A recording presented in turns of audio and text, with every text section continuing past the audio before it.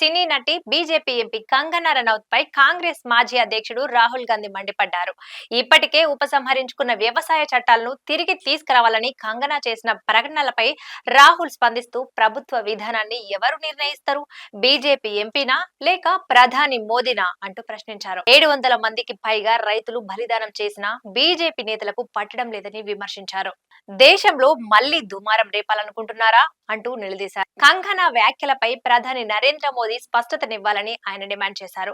India కూటమి అన్నదాతలపై చేస్తున్న కుట్రలను సహించదన్నారు. 3 వ్యవసాయ చట్టాలను తిరిగి తీసుకురావాలని చేసిన వ్యాఖ్యలపై క్షమాపణ చెప్పిన విషయం తెలిసిందే. ఆమె చేసిన వ్యాఖ్యలతో బీజేపీకి సంబంధం లేదని పేర్కొంది.